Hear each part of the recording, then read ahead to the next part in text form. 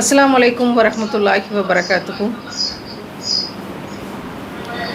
இறைவன் மிகப்பெரியவன். தொடர்ந்து ஒவ்வொரு நாளும் சரியாக 5 மணிக்கு இணையக்கூடிய ஒரு பாக்கியமே பெரிய பாக்கியம்தான். ஏன்னா அப்போ தான் சைத்தான் சொல்லுவான், நீ என்ன டெய்லி கிளாஸ் அட்டன் பண்ணுற, ஒரு நாள் லீவ் எடு, ஒரு நாள் ரெஸ்ட் எடு, நீ எதுக்கு இதெல்லாம் தினமும் கேட்குற அப்படின்னு மோட்டிவேட் பண்ணுவான்.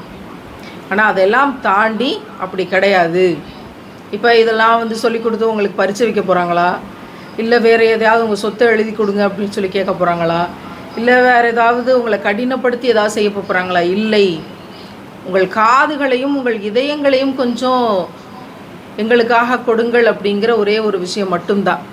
வேறு எந்த விஷயமும் இதில் கேட்க போகிறதில்ல. அதுவும் எதுக்காக கேட்குறோம் உங்கள் இதயத்தை அப்படின்னா, என்ன சொல்கிறது, சின்ன வயசில் நிறைய பேரை திட்டுவாங்க, பைசா பிரயோஜனம் கிடையாது, பைசாவுக்கு பிரயோஜனம் கிடையாது, என் தலையை அடமான வச்சாவது நான் உங்களை காப்பாற்றிடுறேன் அப்படிமா. தலையை அடமான வச்சு எத்தனை கோடிக்கு வாங்குறது யார்? தலையை அடமான வச்சா நம்மளை மதிக்கிறது கிடையாது. தங்கத்தை மதிக்கிற அளவுக்கு நம்ம தலையை அடமான வச்சா அவனாவது ஏதாவது காசு தர போகிறானா? அதுவும் கிடையாது. உங்களிடத்தில் இதயங்களையும் உங்கள் நேரங்களையும் நாங்கள் கேட்பதற்கு ஒரே காரணம், ஒரு வலிமை நிறைந்த, ஒரு ஆரோக்கியம் நிறைந்த, யாரும் யாருக்கும் அடிமை கிடையாது, ஆண்டவனுக்கு மட்டும்தான் இங்கே எல்லாரும் அடிமைகள் அப்படிங்கிற ஒரு சமத்துவமான, சுதந்திரமான, ஒழுக்கம் நிறைந்த, நல்ல விழுமியங்கள் கொண்ட ஒரு சமூகம் உருவாயிராதா அப்படிங்கிற பரிதவிப்பு தான். இன்றைக்கி நம்ம பேச போகிற விஷயங்கள் நம்மளோட தினசரி வாழ்க்கையில் ஒவ்வொரு பெண்ணுக்கும், குறிப்பாக டீனேஜ் பிள்ளைகளோட ரொம்ப ரொம்ப ரொம்ப கனெக்டிவாக இருக்க போகிற விஷயங்கள். இப்போ உருவாகிற பழக்கம் தான் சாகிற வரைக்கும் நிற்க போகுது. என்ன அப்படின்னா, நம்முடைய அழகு சார்ந்த விஷயங்கள். இப்போ நான் உங்கள்கிட்ட ஒரு கேள்வி கேட்குறேன், எத்தனை பேர் தினமும் எத்தனை தடவை கண்ணாடி பார்ப்பீங்க? எத்தனை பேர் தினமும் எத்தனை தடவை கண்ணாடி பார்ப்பீங்க? இங்கிட்டு போகும்போது, அங்கிட்டு வரும்போது, தலை செய்யும்போது, மேக்கப் பண்ணும்போது, அப்படி இப்படி பவுட்ரு போடும்போது, எக்ஸட்ரா எக்ஸட்ரா பலவேறு காரணங்கள் நம்ம வச்சுக்கிறலாம். புது ட்ரெஸ் போடுறோம், இல்லை நம்ம போடுற ட்ரெஸ்ஸு பர்ஃபெக்டாக இருக்கா, எப்படியோ கண்ணாடி எத்தனை முறை பார்க்குறோம் அப்படின்னு யோசிச்சு பார்ப்போமே. எதற்காக அப்படின்னா, நாம் எப்படி இருக்கோம்னு நமக்கு தெரியாது. இந்த கண்களுக்கு, இப்போ என்னுடைய கண்கள் இருக்குது அப்படின்னா, இந்த கண்களுக்கு என்னுடைய உருவம் என்பது தெரியாது, என்னுடைய முகம் என்பது தெரியாது. நான் கண்ணாடியில் பார்க்கணும், இல்லை தண்ணியில் பார்க்கணும், அப்போ தான் என் முகம் எனக்கு தெரியும். கண்ணாடியை பார்ப்பதற்கு முன்னாடி, கண்ணாடி உருவாக்கப்படுவதற்கு முன்னாடி மனுஷன் நினச்சிருப்பானா, ஓடுற தண்ணியில் தன்னுடைய முகத்தை பார்த்துருப்பான். அது தூய்மையான தண்ணீராக இருக்க பட்சத்தில் அது பிரதிபலிச்சிருந்துருக்கும் இல்லையா? அப்போது அந்த மாதிரி முகத்தை பார்த்து அது எப்படி இருக்குது, அதை எப்படி வச்சுக்கிறணும் அப்படின்னு சொல்லி மனுஷன் நினச்சிருந்துருப்பான். நம்ம எத்தனை தடவை கண்ணாடியை பார்க்குறோம் அப்படிங்கிறதுக்கு பின்னாடி இருக்கக்கூடிய உளவியல் என்ன? மற்றவங்களுக்கு நம்ம கொஞ்சம் லட்சணமாக தெரியணும். யோசிச்சு பாருங்கள், பரட்ட தலையும் கழுவாத முகமுமா இங்கிட்டு அங்கிட்டு போயிட்டு வந்துக்கிட்டு இருந்தோம்னா பார்க்குறவங்க தான் என்ன நினைப்பாங்க? நம்ம கொஞ்சம் முடியெல்லாம் ஒதுக்கி, தலையை சீவி, கொஞ்சம் தெளிவாக அப்பப்போ முகம் கழுவி அப்படி இருந்தோம்னா இந்த முகமும் கொஞ்சம் அழுக்குப்படியாமல் லட்சணமாக இருக்கும், தலையும் கொஞ்சம் ஒதுக்கி விட்டு கொஞ்சம் நீட்டாக இருக்கும். சில பிள்ளைகள்லாம், சின்ன பிள்ளைகள் இந்த சுருட்டு முடின்னு சொல்லுவாங்க, அந்த சுருட்டு முடி எடுக்கக்கூடிய பிள்ளைகளெல்லாம் விட்டுட்டோம்னு வச்சுக்கோங்களேன், வீட்டில் ஸ்கூல் டேஸாக இருக்கும் அந்த பிள்ளைகள். அப்போ அந்த பிள்ளைகளுக்கு அவங்களுக்காக தலை சீவிக்க தெரியாது, தலையை ஒதுக்கிக்க தெரியாது, திடீர்னு பார்த்தோம்னா பயந்துரும். அப்படி பப்பரப்பா கோலம்னு சொல்லுவாங்க. அந்த மாதிரியெல்லாம் இருந்தால் நமக்கு நல்லா இருக்குமா அப்படின்னா இருக்காது. அப்படியே முடியை விரித்து போட்டுட்டு கிடந்தேன் அப்படி இருக்கும், நல்லா இருக்குமா? இருக்காது. அப்போ அதுக்குன்னு ஒரு விஷயத்தை நம்ம செய்ய வேண்டியது தான் இருக்குது. வீட்டில் இருக்கவங்கெல்லாம் பாவம் இல்லையா அப்படின்னு சொல்லி இந்த நம்மை நாம் பேணுதலாக பாதுகாத்து கொள்வது, பாதுகாக்காமல் விட்டால் என்னாகும்? முடி அப்படியே விட்டுட்டா என்னாகும்? முடியில் அழுக்கு படியும், அழுக்கு படிஞ்சு ஈர் வைக்கும், தானாக அதில் பூச்சி ஒட்டுண்ணிகள் உருவாகும், பேன் உருவாகும். சின்ன குழந்தைகளுக்கெல்லாம் சீலப்பேன்னு சொல்லுவாங்க, துணியிலேருந்தே பேன் உருவாகும், தலையிலேருந்து உருவாகும் சீலப்பேன். அந்த மாதிரியான ஒட்டுண்ணிகள், நோய் தொற்று, அப்புறம் சொறி சிறங்கு வர்றதுக்கு வாய்ப்பு இருக்குது. அதனால தான் தலைக்கு இன்னும் ஒரு எண்ணெயை தேய்ச்சி குளிர்விச்சு. டேண்ட்ரஃப் அப்படிங்கிறது என்ன? தீர்க்க முடியாத பெரிய பிரச்சனை டேண்ட்ரஃப் இன்றைக்கி தலையில். அப்படின்னா என்ன?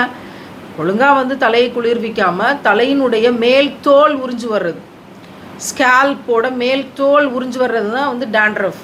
அது கடைசி வரைக்கும் போகாமல் இருக்கக்கூடிய விஷயங்களை தான் நம்ம பார்க்குறோம். அப்படின்னா ஒழுங்காக பராமரிப்பு இல்லாமல் விட்டுறது, அது ஒரு தொற்று நோயும் கூட. டேண்ட்ரஃப்லாம் தொற்றும். ஒரு தலானியை வச்சு தூங்கும்போது, அது மாதிரி படுக்கைகள் ஒன்றா இருக்கும்போது டேண்ட்ரஃப் தொற்றக்கூடிய ஒன்று. அப்போது நம்ம பேணுதலாக நம்முடைய தலைமுடியை பார்த்துக்கணும், தலையை பார்த்துக்கணும். அதே மாதிரி நம்மளுடைய முகம் எல்லாவற்றையுமே தூய்மையாக பார்த்துக்கணும். அதனால தான் சுத்தம் ஈமானில் பாதி. நம்ம எந்த அளவுக்கு சுத்தமாக இருக்கிறோம் அப்படின்றத யோசிச்சுக்கிறோம். பல் எப்படி வளர்க்கணும்னு இன்றைக்கி பல பேருக்கு தெரியறதில்ல. நம்ம டாக்டர்ஸ்கிட்ட போகும்போது அவங்க சொல்லித்தராங்க பல் எப்படித்தான் விளக்கணும், அவங்க அதுக்கு செய்முறை வச்சுருக்காங்க. அங்கே இருக்கக்கூடிய செயற்கை பல்லை எடுத்து வச்சு ப்ரெஷ்ஷு எடுத்து வச்சு செஞ்சு காட்டுறாங்க. இப்படித்தான் பல் வளர்க்கணும், இப்படித்தான் க்ளீன் பண்ணணும். நல்லெண்ணெயை வாயில் ஊற்றி தினமும் கார்கிள் பண்ணுங்கள், 15 நிமிஷம் கார்கிள் பண்ணுங்கள். அது மட்டும்தான் பற்களை பாதுகாப்பதற்கான கேரண்டி, 100% கேரண்டியான வழின்னு சொல்கிறாங்க. சொல்லி கொடுத்தோன்னே சரிங்க டாக்டர்னு வந்து ஒரு 4 நாள் பண்ணுறோம். அது பிறகு அப்படியே என்னையும் சேர்த்து தான் சொல்கிறேன். அப்புறம் அப்படியே காலை ஓட்டத்தில் ஓடிட்டு இருக்கிறோம். திரும்ப ஏதாவது பிரச்சனைனா டாக்டர்கிட்ட போவோம், திரும்ப சொல்லி விடுவாங்க, திரும்ப வந்து ஒரு 4 நாள் பண்ணுவோம். ஒவ்வொரு விஷயத்தையுமே தூய்மையாக வைத்து கொள்ள வேண்டும். 6 மாதத்துக்கு ஒரு தடவை பூச்சி மாத்திரை சாப்பிடணும், வயிற்று சுத்தமாக வச்சுக்கிறணும். பல்லில் வந்து பூச்சிப்பல்லாம் வந்துச்சுன்னா அதில் வந்து பூச்சி வரும், புழு வரும். வாய்க்குள்ளேருந்து புழு வரும்னா நம்ப முடியுமா உங்களால்? யோசிக்கவே அருவருப்பாக இருக்குல்ல. அப்போது நம்ம எவ்வளவுக்கு எவ்வளவு நம்மளை தூய்மையாக வச்சுக்கிறணுங்கிறதுல எந்த மாற்று கருத்தும் இல்லை. ஆனால் இவற்றை கவனம் செலுத்துவது அப்படிங்கிறத தாண்டி என்ன ஆயிடுச்சு அப்படின்னா அழகுபடுத்தி கொள்வது, அலங்காரப்படுத்தி கொள்வதுங்கிறதுல கவனம் போயிடுச்சு. நீ எந்த அளவுக்கு சுத்தமாக இருக்கிற, நீ எந்த அளவுக்கு உன்னை தூய்மையாக பாதுகாத்துக்கிற, ஒவ்வொரு விஷயத்தையும் ஒவ்வொரு உடலினுடைய உறுப்பையும் தூய்மையாக வச்சுக்கொள்றதுக்கு நீ எவ்வளோ மெனக்கெடுற அப்படிங்கிறதெல்லாம் தாண்டி என்ன ஆயிடுச்சு அப்படின்னா அழகுபடுத்துவதற்கும் அலங்காரப்படுத்துவதற்கும் நம்ம தயாராகிடுறோம். சின்ன வயசுலேயே அந்த கேரக்டர் குழந்தைங்கள் கொண்டு போய் கொடுக்கறது யாருன்னா நம்ம தான், பேரண்ட்ஸ் தான். அவங்க என்ன செய்வாங்க, பிள்ளைக்கு வந்து விதவிதமாக ட்ரெஸ்ஸுகளை வாங்கி போட்டு ஃப்ராக்குகள், அது பொம்பளை பிள்ளைக்கு கடையில் போய் வாங்கினாலே முட்டிக்கால் வரைக்கும் இருக்கிற ஃப்ராகை தான் தருவான். ஆம்பளை பிள்ளைக்கு போய் எடுத்து அப்போவுமே முழுசையும் கவர் பண்ணுற மாதிரி பேண்ட்டு சட்டையும் கொடுப்பான். சின்ன வயசுலேருந்தே ட்ரெஸ் ஃபேக்ட்ரி, ட்ரெஸ் பாலிட்டிக்ஸ் அப்படிங்கிறது மிகப்பெரிய அளவில் இந்த பெண் பிள்ளைகள், அந்த பிள்ளைகள் அப்படின்னாலே கை கால்லாம் தெரியணும், அப்புறம் ஃப்ராக் மாதிரி போட்டு முதுகு தெரியணும், கழுத்து தெரியணும் அப்படிங்கிற மாதிரி சின்ன குழந்தைங்களுக்கே ட்ரெஸ்ஸஸ் அப்படி தயாரித்து வருது இல்லையா. அப்போ இந்த ட்ரெஸ் கோடுக்கு பின்னாடி இருக்கக்கூடிய அரசியல் மிக மிக மிக மோசமானது. அது இந்த பிள்ளைகளுக்கு கொண்டு போய் சொல்லிக் கொடுக்குறது யார்? வெயில் இவ்வளவு கொளுத்துது, நம்மளால் ஒன்றும் செய்ய முடிய மாட்டேங்குது. இந்த சிச்சுவேஷன்லையே காட்டன் ட்ரெஸ்ஸுகளை போடுறதுக்கு துப்பு இல்லாமல் வெளியில் போகும்போது பிள்ளைகளுக்கு டிசைன் ஃப்ராக்குகளை போட்டுவிட்டு பாவம் இந்த பிள்ளைகள் என்ன செய்வாங்க? அப்போது இந்த மாதிரியான ட்ரெஸ் கோட் அப்படிங்கிற விஷயத்தில் ஸ்டார்ட் ஆகிற விஷயம், அதை யார் முதல்ல இன்ட்ரடியூஸ் பண்ணுறா அப்படின்னா பெரியவங்க தான் இன்ட்ரடியூஸ் பண்ணுறாங்க. அது எங்கே போய் நிற்கிது தெரியுமா? கல்யாணத்துக்கு பிள்ளைகளை கூட்டிகிட்டு போகணுன்னு நினைக்கும் போது பிள்ளை கேட்குறா, அந்த வெட்டிங் ஃப்ராக்னு ஒன்று இருக்குல்ல, அந்த மாதிரி ஒரு ஃப்ராக் எனக்கு ஃபுல்லாக வாங்கி கொடுங்க, அதில் கொசு வெள்ளை மாதிரியான ஒரு என்ன சொல்கிறது ஷால் கொடுக்குறான், அதை இப்போ தலையில் போட்டுக்கொண்டு ஃபுல் மேக்கப்பையும் போட்டுக்கொண்டு நான் வருவேன், அப்போ தான் நான் வருவேன், கல்யாணத்துக்கு எனக்கும் ட்ரெஸ் வாங்கி கொடுங்க, சொந்தக்காரங்க கல்யாணத்துக்கு போகும்போது எனக்கும் ட்ரெஸ் வாங்கி கொடுங்க, மணமகளை போலவே தனக்கும் ட்ரெஸ் வாங்கி கொடுத்தா தான் என்னால் வர முடியும்னு சொல்லி அழுது அடம்பிடிச்சு அந்த மாதிரியான பஞ்சாயத்துகளையும் நாங்கள் ஃபேஸ் பண்ணியிருக்கோம். நான் சொல்கிறது 12, 13, 14 வயசு பிள்ளைகளை தான் சொல்கிறேன். அப்போ அழகுபடுத்தி கொள்வது அப்படிங்கிறத நோக்கி அது அப்படியே நகர்ந்துருது. நம்மள எத்தனை பேருக்கு மேக்கப் கிட் இருக்குது சொல்லுங்கள் பார்ப்போம். ஐப்ரோஸ்க்கு போடுறதுக்கு, கண்ணுக்கு மேலே போடுறதுக்கு, அப்புறம் மேலிமை கீழிமையில் போடுறதுக்கு, கண்மை சுருமா போடுறதுக்கு, லிப்ஸ்டிக் போடுறதுக்கு, ரோஸ் பவுடர் போடுறதுக்கு, இன்னும் எக்ஸட்ரா முகத்தில் தடவுறதுக்கு மட்டுமே 30 ப்ராடக்ட்ஸ் இருக்காமே. நம்ம எத்தனை பேரிடம் இந்த மேக்கப் கிட்டுகள் இருக்கிறது? எனக்கு மேக்கப் பண்ணணுன்னு ரொம்ப ஆசை, எனக்கு லிப்ஸ்டிக் போடணும்னு ஆசை, எனக்கு இந்த சென்ட்டு போடணும்னு ஆசை, நான் கிராமத்துலேருந்து வரேன், என்கிட்ட இதெல்லாம் இல்லை. என் ஃப்ரெண்ட்ஸெல்லாம் இதை பற்றி பேசிக்குவாளுங்க கிளாஸில், எனக்கு ரொம்ப ஆசையாக இருக்கும். என்னை தொடர்ந்து ஒருத்தன் ஃபாலோ பண்ணிக்கிட்டே இருந்தானா, அவன் இதெல்லாம் வாங்கி தரேன்னு சொன்னான், அவன் கூட நான் போயிட்டேன். அப்படி சென்னை மெரினாவில் கையும் களவுமாக பட்டப்பகலில் பிடிபட்ட ஒரு பெண் பிள்ளை, ஒரு பையனோட ஓடி போய் பிடிபட்ட ஒரு பெண் பிள்ளை போலீஸில் கொடுத்த ஸ்டேட்மெண்ட் இந்த ஸ்டேட்மெண்ட்டு.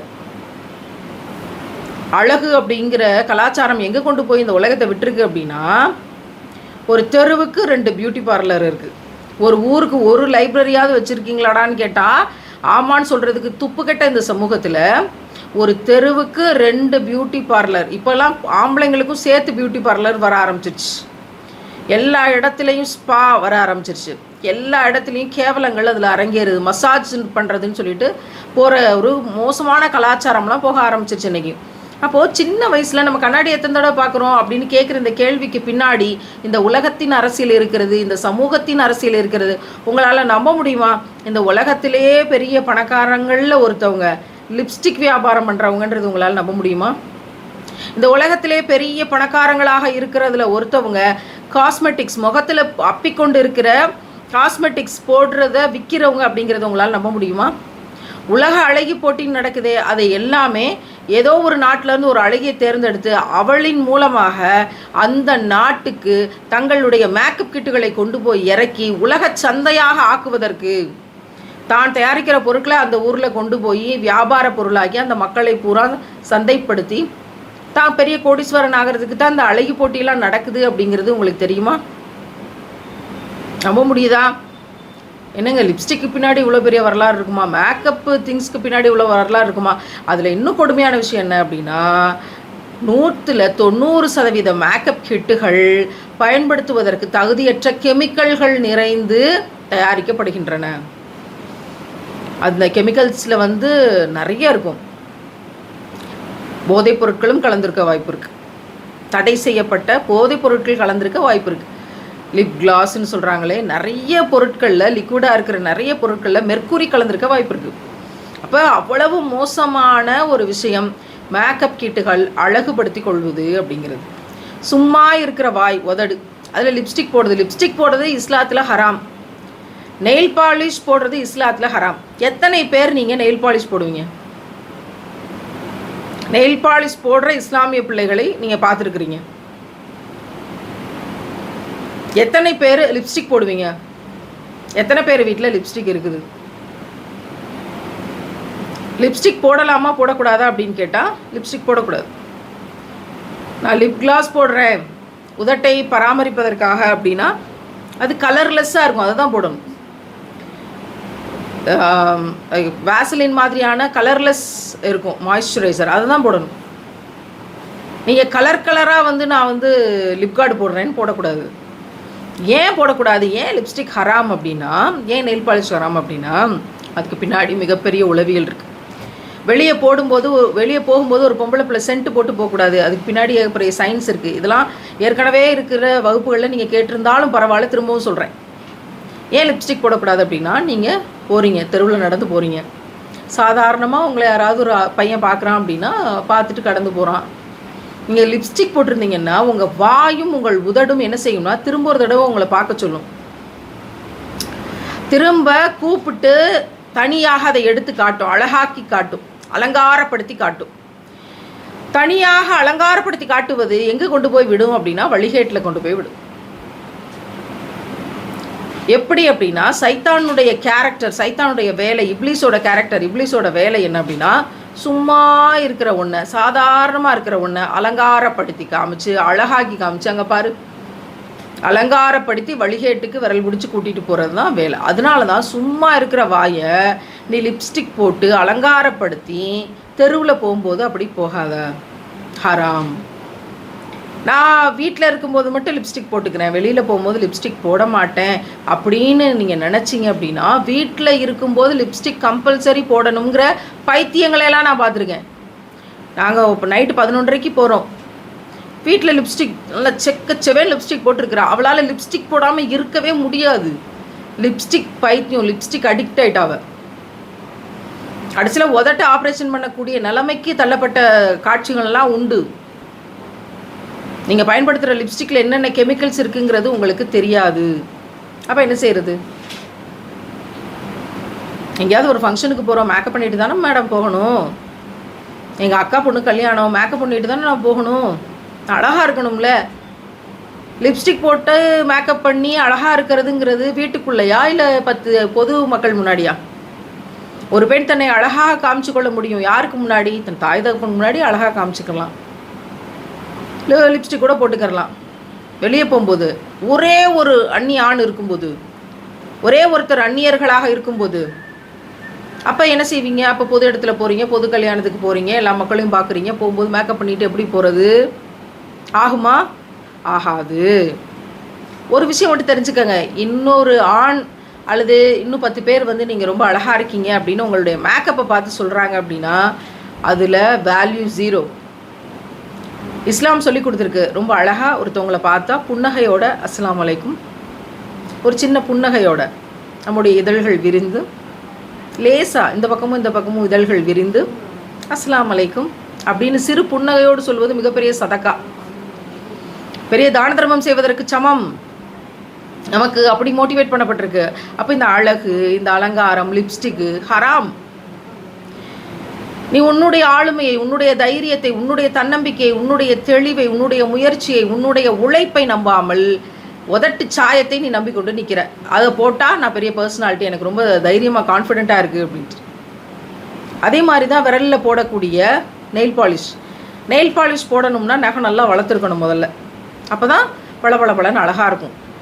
ஆனால் இஸ்லாம் என்ன சொல்லுது? நகத்தை வெட்டி சுத்தமாக்கி, ஒவ்வொரு ஜும்மா அன்னைக்கும் நகத்தை வெட்டி எந்த அழுக்கும் இல்லாமல் சுத்தபத்தமாக்கி ஜும்மா தொழுகைக்கு வர சொல்லி இஸ்லாம் நம்ம கட்டளையிட்டு இருக்குது. அப்போ ஒவ்வொரு வாரமும் நம்ம நகை வெட்டி விரல்லாம் சுத்தமாக வச்சுருக்கிறோமான்னு சொல்லி பார்க்கணும். ஏன்னா அந்த விரலுக்கு அடியில் இருக்கக்கூடிய, அந்த நகத்துக்கு அடியில் இருக்கக்கூடிய இடங்களில் ரொம்ப ஈஸியாக அழுக்கு சேரும். அந்த அழுக்கு என்ன செய்யும்னா நம்ம வாய் வழியாக உள்ளே போய் ஏகப்பட்ட புழுக்களை வளர்க்கும். அதனால் மரணித்தவர்கள்லாம் உண்டு. அதனால தான் ஒரு காலத்தில் ஸ்கூல் ப்ராஜெக்ட்ஸில் நகம் வெட்டுறது அப்படிங்கிறத முக்கியத்துவப்படுத்தி ஒரு 5 years பிளானில் நகம் வெட்டுறதை பற்றியே பேசினாங்க. பிள்ளைகளாம் நகை வெட்டி சுத்தபத்தமாக வராங்களா பாருங்கள். இப்போ ஸ்கூலில் பார்த்தீங்கன்னா எல்லாம் நகை வெட்டியிருக்கான்னு விரல் நீட்டுங்கன்னு பார்ப்பாங்க. பிடி டீச்சர் இருந்தாங்க அப்படின்னா பார்ப்பாங்க. ஏன் பார்க்குறாங்க அப்படின்னா அதுக்கு பின்னாடி ஏகப்பட்ட விஷயம் இருக்குது, சாகிற வரைக்கும் விஷயம் இருக்குது. அப்போ நான் நகை வளர்க்குறேன்னு சொல்லி நகத்தை வளர்த்துக்கிட்டு அதில் நெயில் பாலிஷை போட்டுக்கிட்டு போகும்போது அது கவர்ச்சியாக உனக்கு பாதிப்பாகுது, அது ஒரு கேவலம்ங்கிறது அடுத்து. ஆனால் சாகிற அளவுக்கு அதில் விஷயம் இருக்குது. நீங்கள் என்னதான் நீங்கள் தூய்மையாக வச்சுருந்து நான் ப்ரெஷ்ஷு போட்டு தேய்க்கிறேன்னு தேய்ச்சா கூட அதில் இருக்க அழுக்கை உங்களால் நீக்க முடியாது. அதில் பெரிய கொடுமை இடது கையில் நகம் வளர்க்குறது. நீங்கள் எல்லாம் டாய்லெட் போயிட்டு எப்படி கழுவுவீங்க? என்ன செய்வீங்க? நகம் வளர்த்துருக்குறீங்க, கழுவிட்டு வந்துட்டீங்க, அதில் இருக்கக்கூடிய அழுக்குகளை எப்படி சுத்தம் பண்ணுவீங்க? கேவலமான ஒரு விஷயங்கள், சைத்தானி இப்லீஸையும் விரல் இடுக்குகளில் வச்சுக்கிட்டு வாழக்கூடிய அசிங்கங்கள். நகம் வளர்க்காதீங்க. மருதாணி போடுறது சுண்ணத்துன்னு சொல்லப்பட்டுச்சு. நெயில் பாலிஷ் போடாதீங்க, ஆனால் மருதாணி போடுங்க. அது மருந்து, அது பித்தத்தை போக்கக்கூடியது, உடலுக்கு குளிர்ச்சியை தரக்கூடியது, நிறைய மெடிசினல் வேல்யூஸ் அதில் சொல்லப்படுது. அப்போ மருதாணி போடுங்க. சின்ன பிள்ளையில எப்படி நாங்களாம் மருதாணி போட்டோம், குப்பி போடுவோம். குப்பியாக போட்டு நடுவில் நல்ல வட்ட நிலா மாதிரி நடுவில் உள்ளங்கையில் தட்டி ஒரு மருதாணி வைப்போம். இப்போ எப்படிமா வைக்கிறீங்க மருதாணி? யாராவது அம்மியில் அரைச்சி மருதாணி வைக்கிறீங்களா? அப்போ பாக்கு சுண்ணாம்பெலாம் வைப்பாங்க. நல்ல நல்ல சவப்பு பிடிக்கணும், நிறம் பிடிக்கணும் அப்படின்லாம் சொல்லுவாங்க. அதெல்லாம் வச்சு அரைப்பாங்க, என்னென்னமோலாம் வச்சு அரைப்பாங்க. அது கூட சேர்த்து வச்சு நல்லா பிடிக்கணும் சவப்பா அப்படின்ட்டு. அதெல்லாம் நிறையா விதத்தில் மருந்து தன்மையுடையதாக இருந்துச்சு. இப்போ நீங்கள் யார் குப்பி போடுறீங்களா மெஹந்தி போடுறீங்களா? மெஹந்திங்கிறத அரைச்சி போடுறீங்களா இல்லை கோன் போடுறீங்களா? கடையில் கோன்களை வாங்கிக்கிறது, அப்படியே பிச்சை எடுக்கிற மாதிரி கையை அப்படியே வச்சு இந்த விரலுக்கு போடு அப்படியே ஆரம்பித்து இங்கே கை வரைக்கும் பூராத்தி நீட்டி விட்டு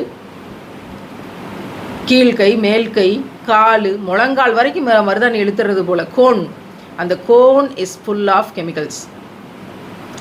நீங்கள் முழுக்க அழகுபடுத்திக் கொள்வதற்காக போடுகிற அந்த கோன் உங்களுக்கு ஸ்கின் அலர்ஜியை ஏற்படுத்தலாம், உங்களுக்கு வேறு ஏதாவது அரிப்பை ஏற்படுத்தலாம், வேறு ஏதாவது பிடிக்காத விஷயத்தை ஏற்படுத்தலாம். அதில் இருக்கக்கூடிய ஸ்மெல் உட்பட எல்லாமே கெமிக்கல்ஸ். இந்த கோனை வச்சு என்ன செய்ய போகிறீங்க? நீங்கள் எல்லாவற்றிலும் அலங்காரம். நீங்கள் உங்களுக்காக உங்கள் கையை அலங்காரப்படுத்திக்கிறீங்களா? அடுத்தவங்களுக்காக உங்கள் கையை அலங்காரப்படுத்திக்கிறீங்களா? அதை பார்த்துட்டு சொல்லணும், ஏன் சூப்பராக இருக்குடி அப்படின்னு சொல்லணும். எவ்வளவு 4 பேர் உடனே குழுன்னு ஆயிரும் நமக்கு. போடாதீங்க. கல்யாணம் ஃபங்க்ஷன் அப்படின்னு இப்போ எது வந்தாலும் ஒரு இப்லீஸு கூட சேர்த்துக்கிறது ஒரு ஃபங்க்ஷன். என்ன மெஹந்தி ஃபங்க்ஷன்.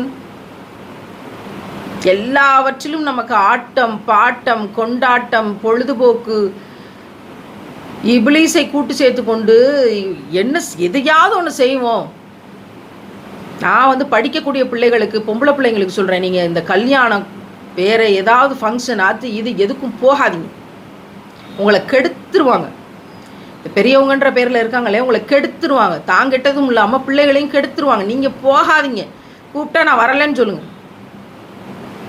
போயே ஆகணும்னு சொன்னால் ரூல்ஸ் அண்ட் ரெகுலேஷன் போடுங்க. நான் மேக்கப் பண்ண மாட்டேன், நான் ஃபர்தா போட்டு தான் வருவேன், நான் நோஸ் பீஸ் போட்டுருவேன், நான் என் முகத்தை யாருக்கும் காட்ட மாட்டேன், என்னை வந்து என் மகளை பற்றியா அப்படின்னு ஷோகேஸ் பண்ணக்கூடாது அங்கே கூட்டிகிட்டு போய், நான் ரொம்ப சிம்பிளாக இருப்பேன் அப்படிங்கிறதெல்லாம் தெளிவாக சொல்லுங்கள்.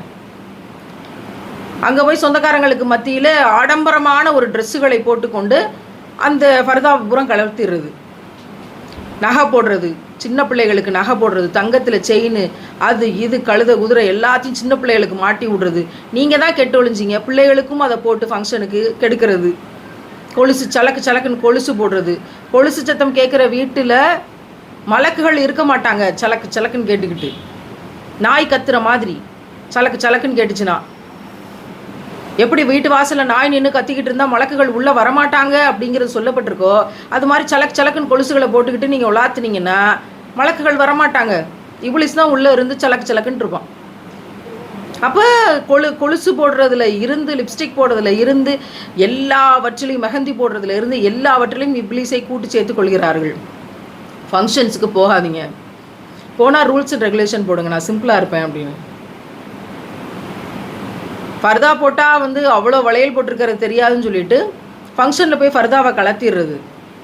சும்மா மேலே மட்டும் ஒரு துணி, துப்பட்டி மாதிரி ஒரு துணியை போட்டுக்கிறது. என்ன இது இங்கே மட்டும் துப்பட்டி போடுறீங்கன்னு கேட்டால் கையில் போட்டிருக்க வளையல் தெரியணும்ல, அதனால தான். மற்றவர்களுக்கு நகை தெரியணும், மற்றவர்களுக்கு கழுத்தில் இருக்க நகை தெரியணும், மற்றவங்களுக்கு காதில் போட்டிருக்க லோலாக்கு தெரியணும், மற்றவங்களுக்கு கையில் இருக்கிற நகை, காப்பு, மோதிரங்கள் உட்பட எல்லாத்தையும் காட்டணும். அதுதான் கௌரவம், அதுதான் ஸ்டேட்டஸ்ன்னு இந்த கேடுகட்ட சமூகம் நினைக்குது. என் அடுத்த தலைமுறை பிள்ளைகளே, உயிருக்குயிராக அவங்கக்கிட்ட சொல்கிறேன், நீங்கள் இதன் மேலே ஆசைப்படாதீங்க. தங்க நகை மேலே ஆசைப்படாதீங்க.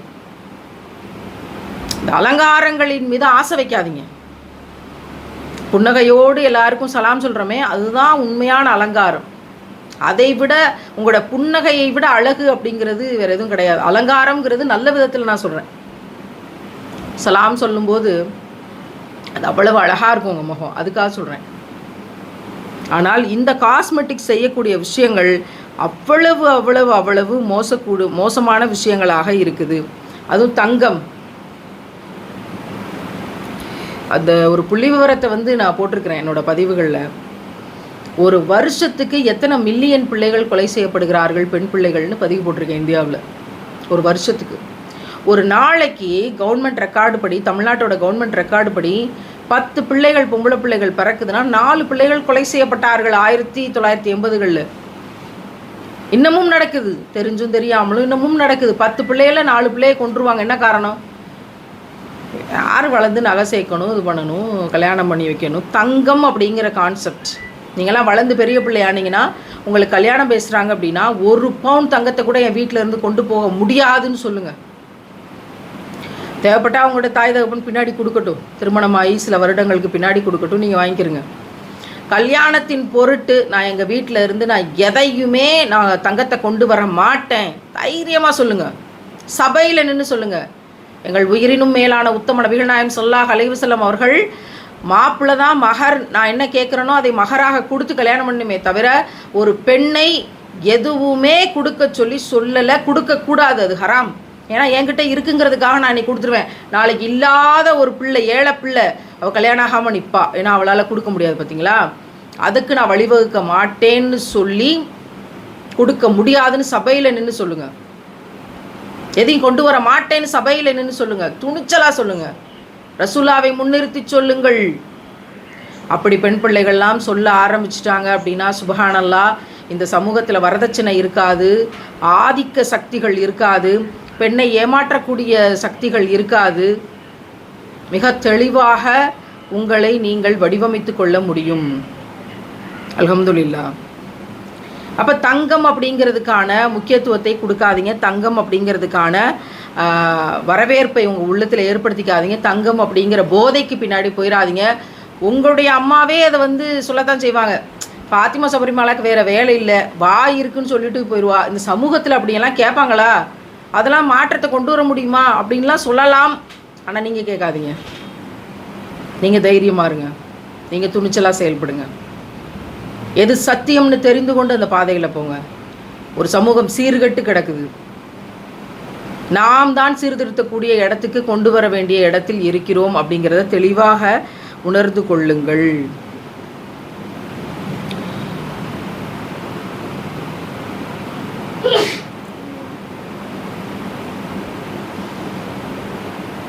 அதில் மிக சிறப்பாக இன்றைக்கி ஒரு செய்தி சொன்னாங்க, மேக்கப்புக்கு வாட்டர் ப்ரூஃப் மேக்கப்னு வந்துருச்சு. வாட்டர் ப்ரூஃப் மேக்கப் அப்படிங்கிறது என்னென்னா, தண்ணி ஊற்றினாலும் கலையவே கலையாதான். நீங்கள் என்னென்று போய் ஒளி செஞ்சு அதில் இருக்க மெர்க்குரியெல்லாம் கழுவி ஊற்றுவீங்க, ஒளி செய்வீங்களா செய்ய மாட்டிங்களா? ஒன் டே ஃபுல்லும் கலையாத மேக்கப் வாட்டர் ப்ரூஃபோட அப்படின்னு. இந்த மாதிரியான பல கூத்துக்கள், பல விஷயங்கள். நீங்கள் போடக்கூடிய ஹிஜாமா, தலைமுடியை மறைக்கணும் அப்படின்னு சொல்லக்கூடிய ஹிஜாமா, நீங்கள் போடக்கூடிய ஹிஜாப், ஹிஜாமான்னு எழுதியிருக்கிறேன். நீங்கள் போடக்கூடிய ஹிஜாப், தலைக்கு துணியை மறைக்கணும், மாராப்பு சீலைன்னு அதுக்கு தமிழில் பேர். அது எவ்வளவு பெருசாக இருக்கணும். இப்போ என்ன ஸ்டைல் ஆயிடுச்சு அப்படின்னா, தலைக்கு துணியை போட்டுட்டு அந்த ஷால் கழுத்தை மட்டும் சுற்றி கொண்டு போடுற மாதிரியான எல்லா வேலையும் இன்றைக்கி யூடியூப்பில் சொல்லி கொடுத்துட்றாங்க. அதுதான் ட்ரெண்டிங் அப்படின்னு சொல்லி கொடுத்துட்டாங்க. அப்படி இல்லை, உடைய வயிறு வரைக்கும் கீழே வரணும், உடைய பின்னழகுன்னு சொல்கிறாங்களே அதை கவர் பண்ணுற அளவுக்கு உங்களுக்கு ஷால் வரணும். கொஞ்சம் ஒல்லியாக இருக்க பிள்ளைகள்னால் பரவாயில்ல, கொஞ்சம் புசுன்னு இருக்க பிள்ளைகள் அப்படின்னா கம்பல்சரி உங்களுடைய முன்பகுதி முழுக்க உங்களுடைய அந்த துணி மறைக்கணும், உங்களுடைய பின்பகுதி முழுக்க அந்த கூடுதலாக அந்த துணி மறைக்கணும். நீங்கள் போடக்கூடிய ஃபர்தா லூஸாக இருக்கணும். உங்களுக்கு 7 வயசு 8 வயசு ஆயிடுச்சா ஃபர்தா போடுங்க, அதுலேருந்து ஃபர்தா கல்ச்சருக்கு வாங்க, லூஸாக போடுங்க. ஃபிட்டாக எடுத்து உடம்பு டைட்டாக போட்டேன் அப்படின்னா ஹராம். நான் என்னோடய ஃபர்தாவை டைட்டாக போடுறேன் அப்படின்னா ஹராம். என்னோடய ஷாலை சின்னதாக போடுறேன் அப்படின்னா ஹராம் தான். நீங்கள் என்னத்துக்கு போடுறீங்க? அப்படியே விடலாமே. போடக்கூடிய நோக்கம் என்ன? அனைத்தும் மறைக்கப்பட வேண்டும் அப்படிங்கிறது தான். என்னுடைய உடல் காட்சி பொருள் அல்ல, மற்றவன் பார்க்குறதுக்காக என்னுடைய உடல் கிடையாது. அதனால் எங்கள் நபி எங்களுக்கு கற்றுக் கொடுத்துருக்காங்க, நாங்கள் அதை ஃபாலோ பண்ணுறோம். அதை ப்ராப்பராக ஃபாலோ பண்ணணும். அதில் அலங்காரம், கல் வச்சது, அலங்காரம் பண்ணது, அதெல்லாம் பயன்படுத்தாதீங்க. அலங்காரத்தை கொண்டு போய் நான் அழகாக இருக்கக்கூடாதுங்கிற விஷயத்துக்காக தான் அதெல்லாம் போட்டோம், அப்படி வெளியே காட்டக்கூடாது அப்படின்னு. அப்புறம் அதையே மறுபடியும் அலங்காரமாக பண்ணி விதவிதமான ஃபர்தாக்கள், விதவிதமான மக்கனாக்கள்னு போனோம்னா என்ன அர்த்தம்? அதையே அலங்காரம் பண்ணி போனால் என்ன அர்த்தம்? அது ஹராம். ஒரு நாள் அறிவிக்க போகிறோம், டைட்டான ஃபர்தாக்கும் கல் வச்ச மக்கனாவுக்கும் போட்டிருக்கக்கூடிய விஷயங்கள்லாம் ஹராம், செல்லாது அப்படின்னு அறிவிக்க போகிறோம். அப்படி அறிவிக்கும் போது என்ன செய்கிறது? எல்லாரோட ஃபர்தாவையும், டைட்டான ஃபர்தாவையும், டிசைனாக இருக்கிற மக்கனாவையும் வெளியே தூக்கி எறியக்கூடிய ஒரு விஷயமாக ஆக போகுது. சாதாரண சுடிதார், சாதாரண ட்ரெஸ்ஸு 1000 ரூபா அப்படின்னா, நீங்கள் ரொம்ப காஸ்ட்லியாக ரொம்ப டிசைனாக பார்த்து வாங்கக்கூடிய ஃபர்தாலாம் 5000 ரூபா, 4000 ரூபா, 2000 ரூபா, 2500 ரூபா, 1500 ரூபா. என்னவா ட்ரெஸ்ஸே 1000 ரூபா. நீங்கள் போடக்கூடிய ஃபர்தா அலங்காரமற்று சாதாரணமாக லூஸாக உங்களை அழகாக காட்டக்கூடாதுன்னு இருக்கக்கூடிய ஃபர்தா ஏன் அவ்வளோ காஸ்ட்லி? ஃபர்தாக்களுக்கு என்ன அவ்வளோ முக்கியத்துவம் கொடுத்து அவ்வளோ பிஸ்னஸ்க்கான கடைகள், மக்கனாக்கு அவ்வளவு கடைகள்? ஏன் எல்லாத்துலேயும் அலங்காரம்? நோஸ் பீஸ் தச்சு விற்கிறாங்க, போய் கடையில் போய் பார்க்குறேன், எம்ப்ராய்டரி போட்டு வச்சு அழகழகாக தொங்குது. என்ன அலங்காரம்? அலங்காரத்தின் பின்னால் செல்லாதீர்கள். எதுக்காக மக்கனா போடுறோம் தெரிஞ்சுக்கிறங்க.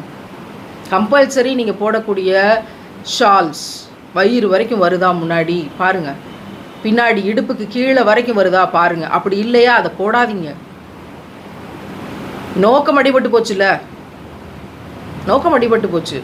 அப்போ டைட்டான ஃபர்தாக்கள் போடாதீங்க, நோக்கம் அடிபட்டு போச்சு. அப்புறம் நீங்கள் எங்கேருந்து ஈமானை உறுதிப்படுத்தி கொள்வது?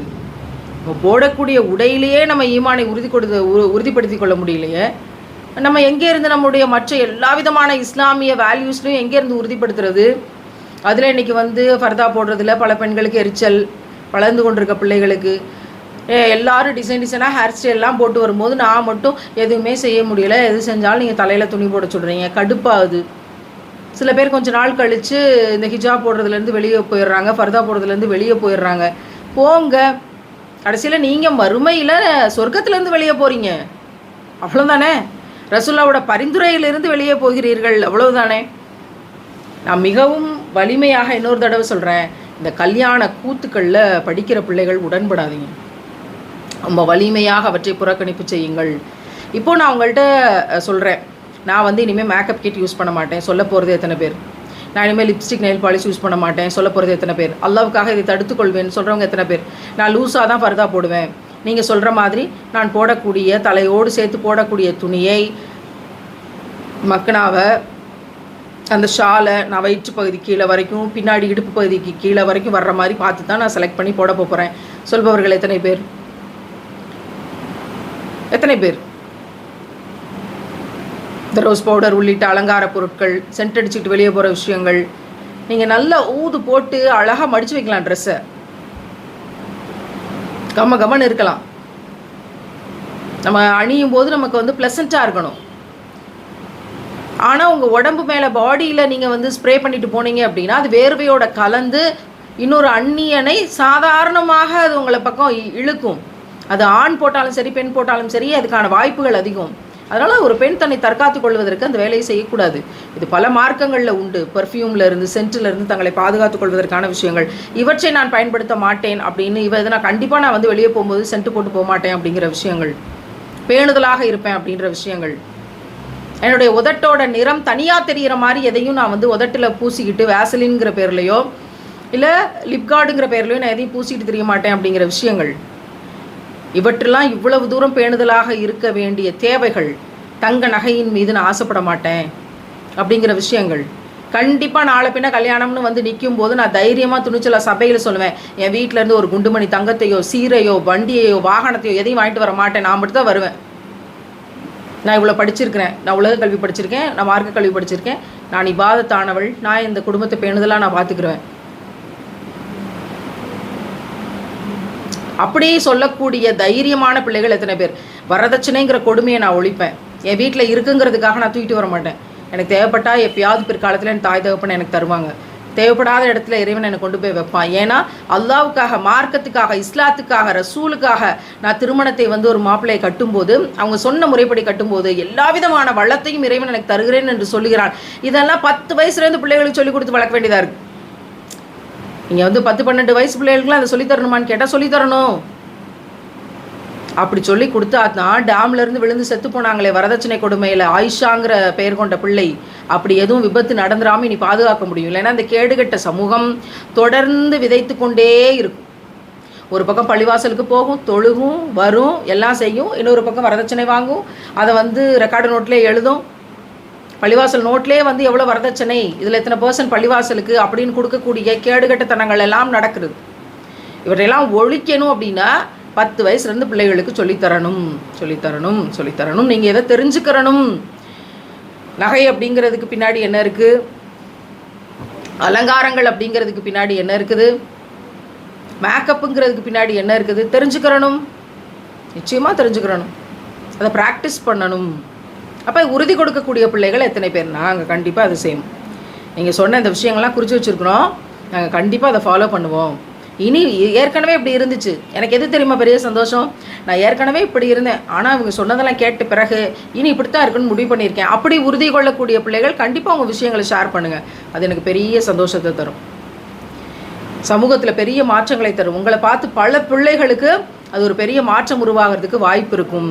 அப்போது நீங்கள் இன்றைக்கி அடுத்து பேசும்போது, நான் இப்படி இருந்தேன், இதெல்லாம் கேட்டிருக்கிறேன், எனக்கு நியாயம்னு படுது, நான் இனிமேல் இப்படி தான் இருக்க போகிறேன், நான் இனி என் வீட்டை மாற்ற போகிறேன், நான் இந்த சமூகத்தை மாற்றுவேன், நிச்சயமாக மாற்றுவேன், அதற்கு நான் வாழ்ந்து காட்டுவேன் முதல்ல அப்படின்னு இந்த ட்ரெஸ் கோட்லேருந்து, மேக்கப்பில் இருந்து, அலங்காரப்படுத்துறதுல இருந்து உங்களை நீங்கள் எப்படி பாதுகாத்து கொள்ள போகிறீர்கள் அப்படிங்கிறத இன்றைய வகுப்பில் நீங்கள் பகிருங்க. வல்ல ரஹ்மான் நம் அனைவருக்கும் நம்மை நாமே பாதுகாத்து கொள்ளக்கூடிய ஆற்றலை வழங்குவானாக. இந்த அலங்காரத்தின் பின்னால் செல்லாத, மாயைகளின் பின்னால் செல்லாத வைராக்கியத்தை நமக்கு வழங்குவானாக. சிறந்த கல்வியும் உயர்ந்த ஈமானும் நம்மை பாதுகாக்கக்கூடிய அணிகலன்கள் அப்படிங்கிற புத்தியை இறைவன் நமக்கு தருவானாக, அதை உணரச் செய்வானாக. ஆமீன் ஆமீன் ஆமீன் யா ரப்பல் ஆலமீன்.